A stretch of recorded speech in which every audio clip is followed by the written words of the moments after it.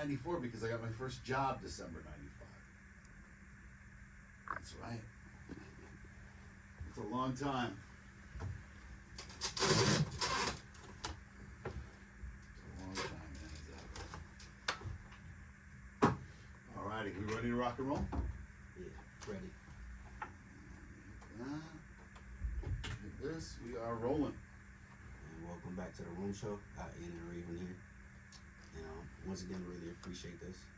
So, I like to ask my guests motivational questions. What's a few things you do like on an off day to get yourself back on? Good question. Still trying to figure that out. I feel like every day I have like a new thing that I'm gonna try and a new thing that I swear I'm gonna do, and I'm gonna do the mantras and I'm gonna meditate and I'm gonna do this and I'm gonna do that. I don't do anything. I don't do anything but work and run after my kids, and and that's it's just the truth of the matter. So I think it's really important, and for me this year is to find more things that bring creativity in and kind of like spark, I guess, energy. So I have to get back to you on that. Raven? Yeah. You can tell this is towards the tail end of our day right now, anyways, right? You know, so life is busy, just like everybody else. So you know, you seek balance, basically, is what you're looking for. But you know, the larger the show gets, it kind of eats up more of that time. So I'm definitely a guy where I step away.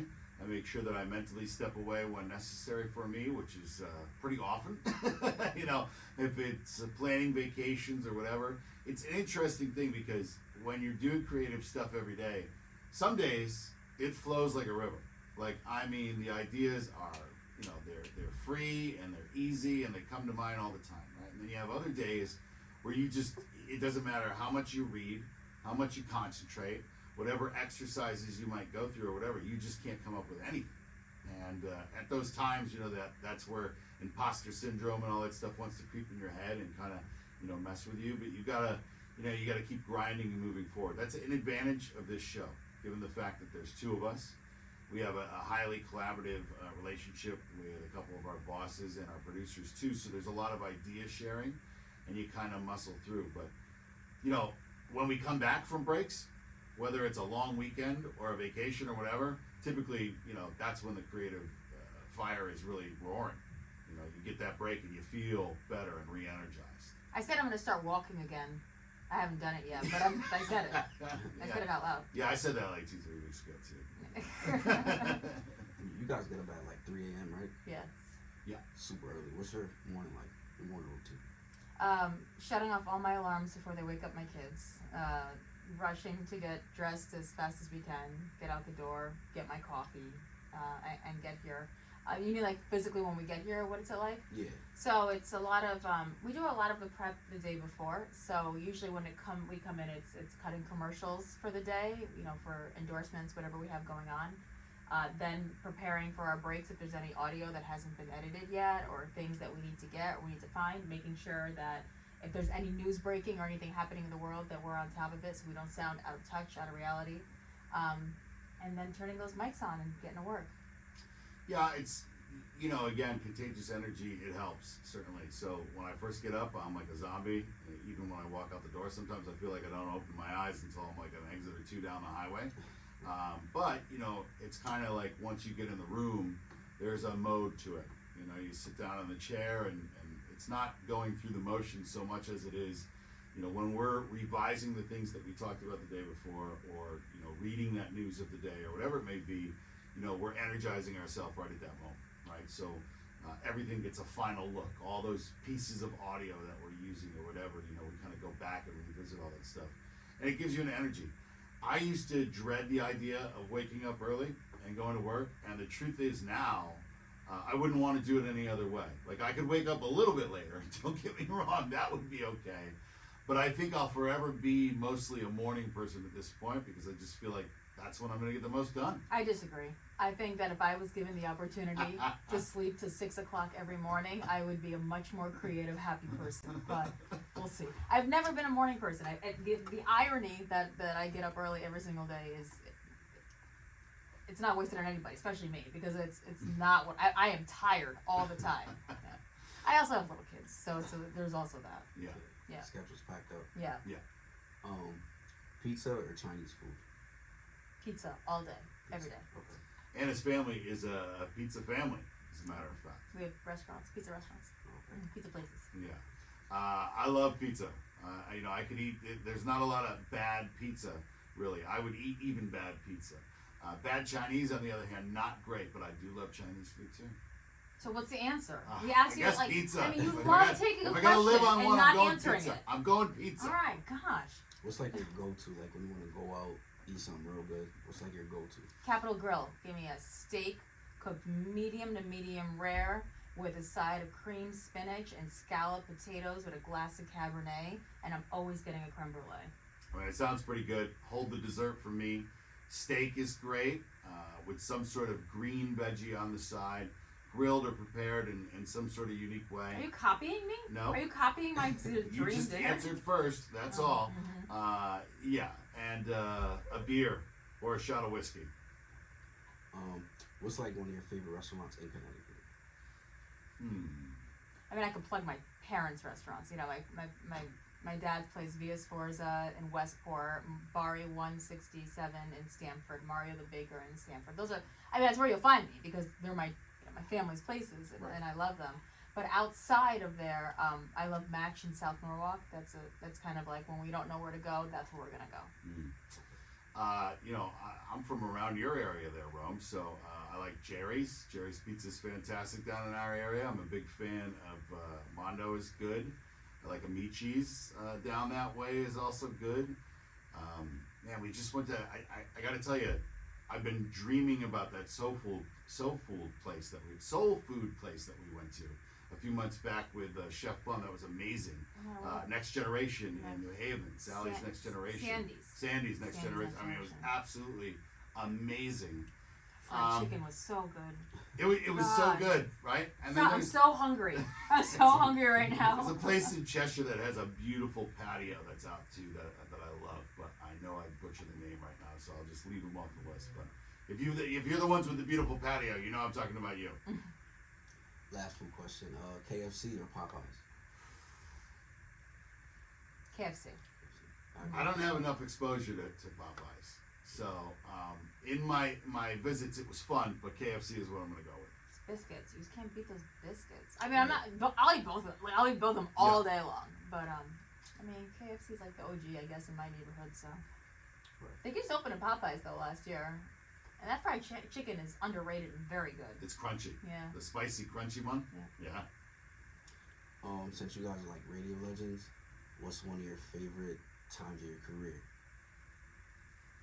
Now, No, okay. you know,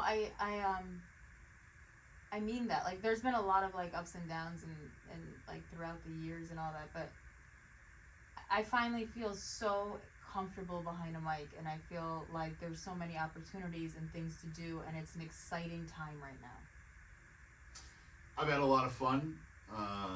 I would say that now is probably the best too, because it's not just about fun for me anymore. Like, before at other parts of my career, it was about different things, right? And, it's about being with a creative team.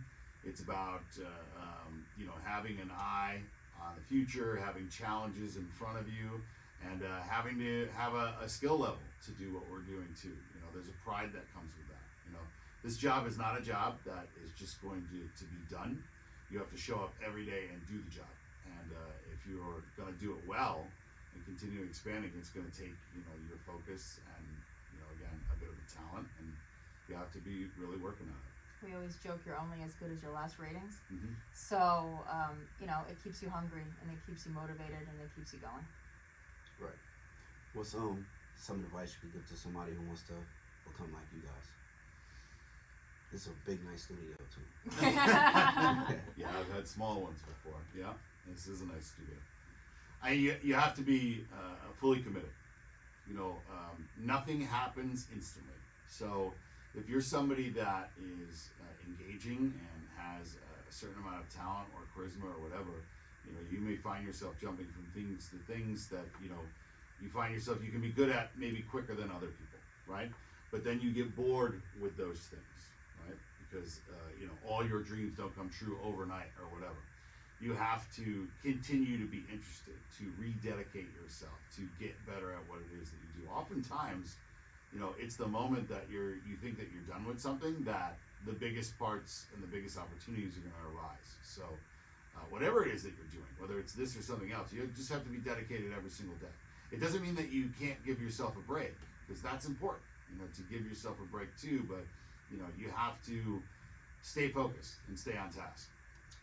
I got a couple things. Sam Tillery he passed away, but he is a legend in this building in radio. And I remember when I was starting out, the best advice he gave me was go shake as many hands as possible, because you never know like who's gonna like you and who's gonna be able to remember you. And the more people you meet and the more people you know and the more people are like, oh yeah, no, I know her, you know, I know him, then it'll just catapult you going forward, which is still why to this day I do so many events. If I can fit it into my schedule, I'm going to show up and I'm going to do it, because you want people to feel connected to you and they want you to feel like you really know them, especially in this industry where you want people to believe that you're their friend and that they can come to you. And you got to figure out a way to be better than everybody else. You got to figure out what you're doing that's better than everybody else, and why can't somebody else duplicate it? Good advice. How do you protect your energy from bad energy?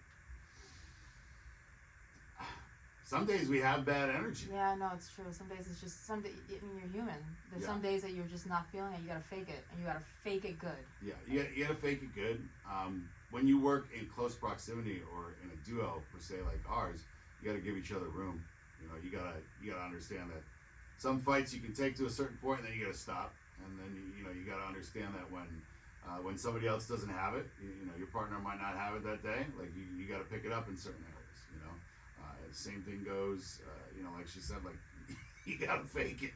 You gotta fake it a whole lot. You know, that happens a lot in entertainment. There's different types of people that are talking to people, right? Some shows are about, let's talk about all the warts and the ugliness and whatnot that's out there, and others are, you know, let's help people get through their day, right? Let's all try and have some fun and make some laughs and do the best that we can in this thing called life, and that's, you know, kind of our show. So, Good advice.